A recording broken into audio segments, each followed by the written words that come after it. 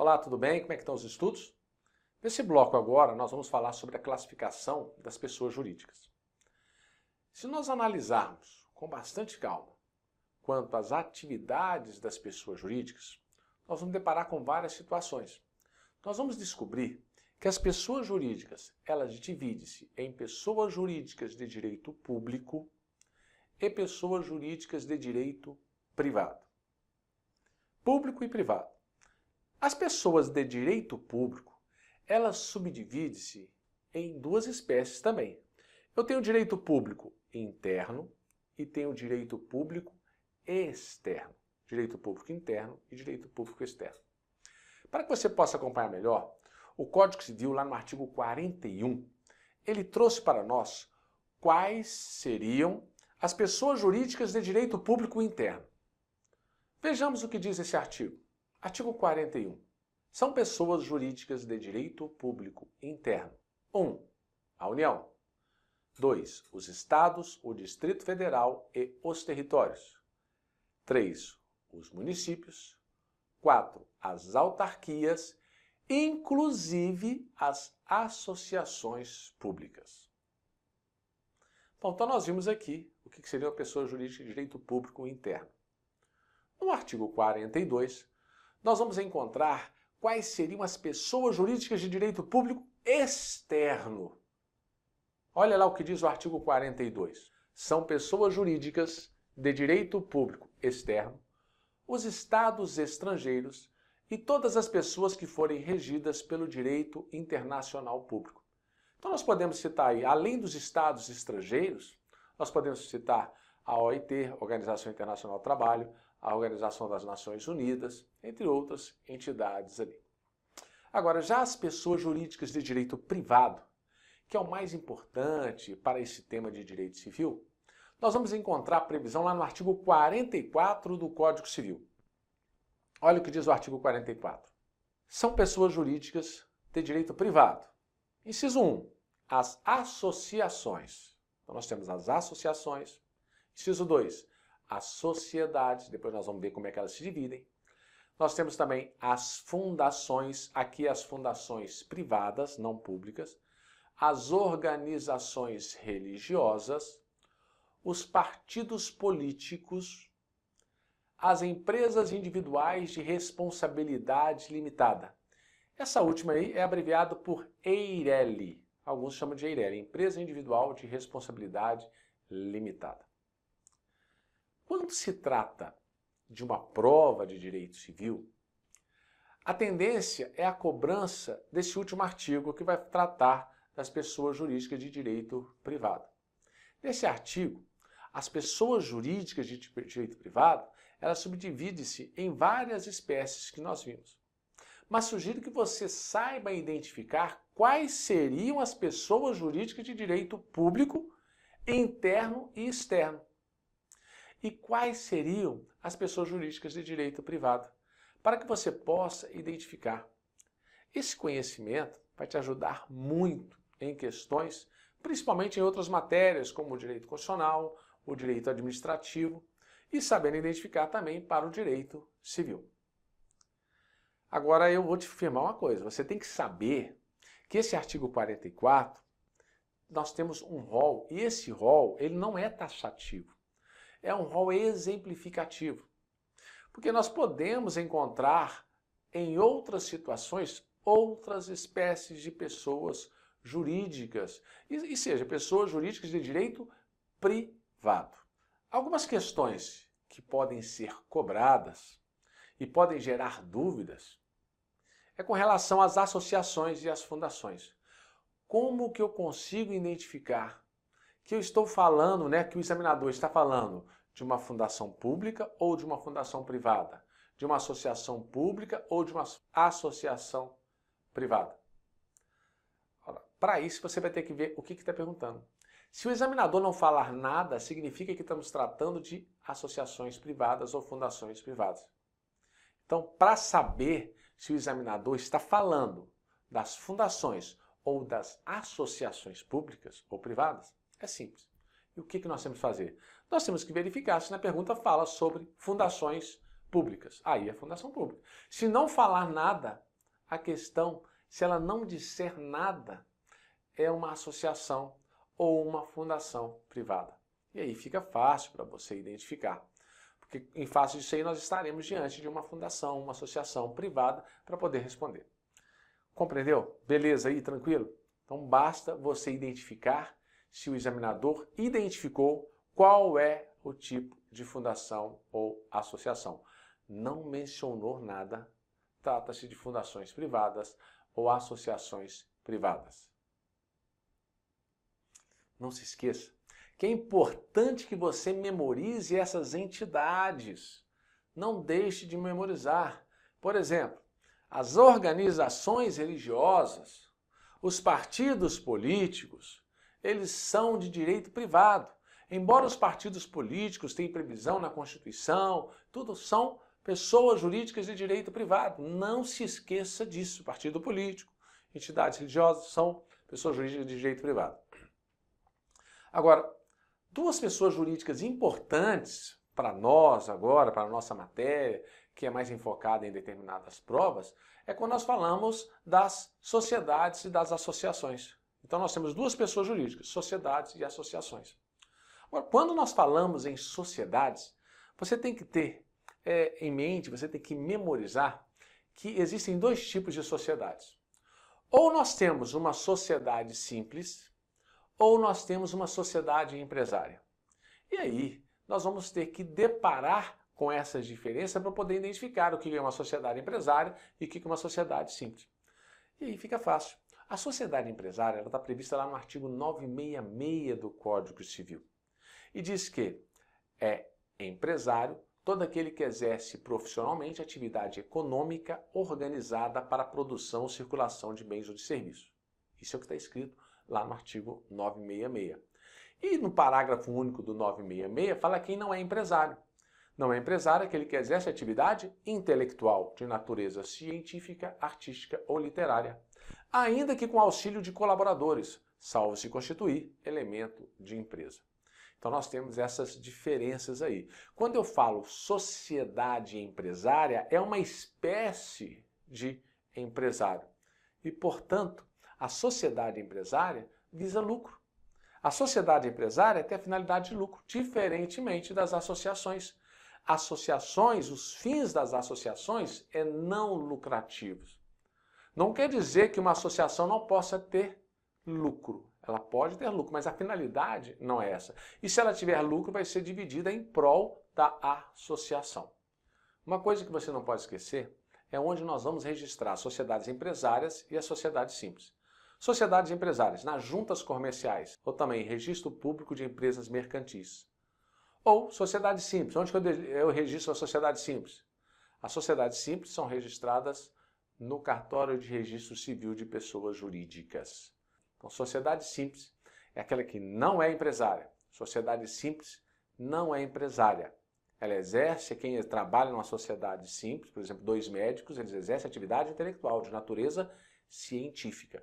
E por isso nós não podemos afirmar que eles são empresários, que faz parte de uma sociedade empresária. É lógico que nós vamos aprender isso no direito empresarial, salvo se constituir elemento de empresa. Então, se a atividade médica deles ali é apenas um elemento dentro de várias outras atividades. Mas mais à frente nós vamos aprender como é que funciona essa parte aí. Então, só para fixar, a sociedade empresária é registrada na junta comercial. E a sociedade simples? A sociedade simples é registrada no cartório de registro civil de pessoas jurídicas. Até aí também? Firmou? Anotou? Fixou o assunto? Então vamos seguir. Nós não vamos aprofundar, né? Com certeza nós não vamos aprofundar agora nesse tema, porque nós vamos ver esse tema mais à frente, quando estivermos tratando de direito empresarial, e chegará um momento oportuno para isso. Mas dando prosseguimento, nós vamos falar agora sobre as associações. As associações é uma espécie de uma reunião de associados para fins não econômicos. As associações têm o fim não econômico. Só para que você possa entender melhor com relação à associação, ela é uma reunião de associados para fins não econômicos. É melhor dizer dessa forma que é não econômico. E é formada por um estatuto. Então, o artigo 53 do Código Civil traz para nós o conceito de associações que vem a ser a união de pessoas que se organizam para fins não econômicos. Esse é o conceito que o Código traz. Agora, a finalidade não econômica não significa que não pode dar lucros. As associações podem dar lucro sim, mas esse lucro ele não pode ser repartido entre os associados. O lucro ele será revestido na finalidade dessa associação.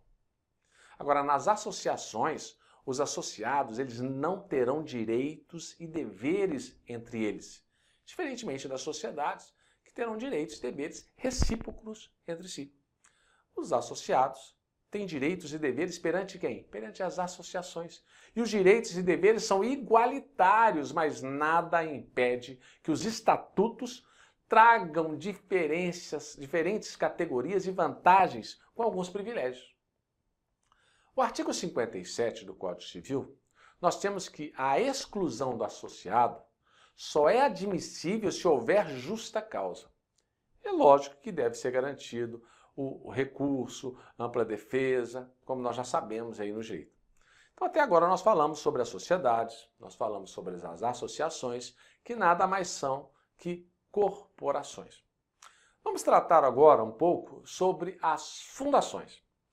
Lembre-se que eu não especifiquei que é pública, então estamos tratando das fundações privadas.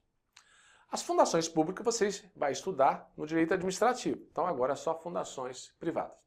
Então as fundações, elas têm como elemento central os bens e o patrimônio.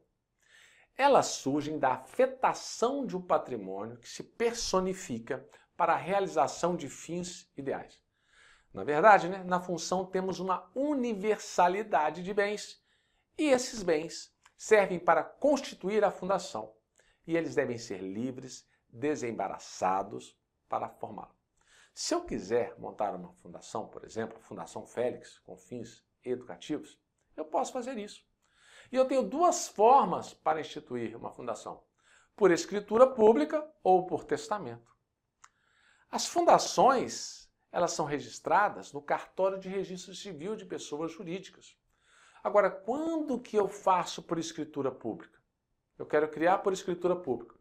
Então, por escritura pública é se eu destinar parte do meu patrimônio em vida e quiser vê-la funcionando. Então, será feita dessa forma por escritura pública. Agora, por testamento, se o meu desejo for após a minha morte, aí eu deixo um patrimônio para constituir a Fundação Félix com fins educacionais.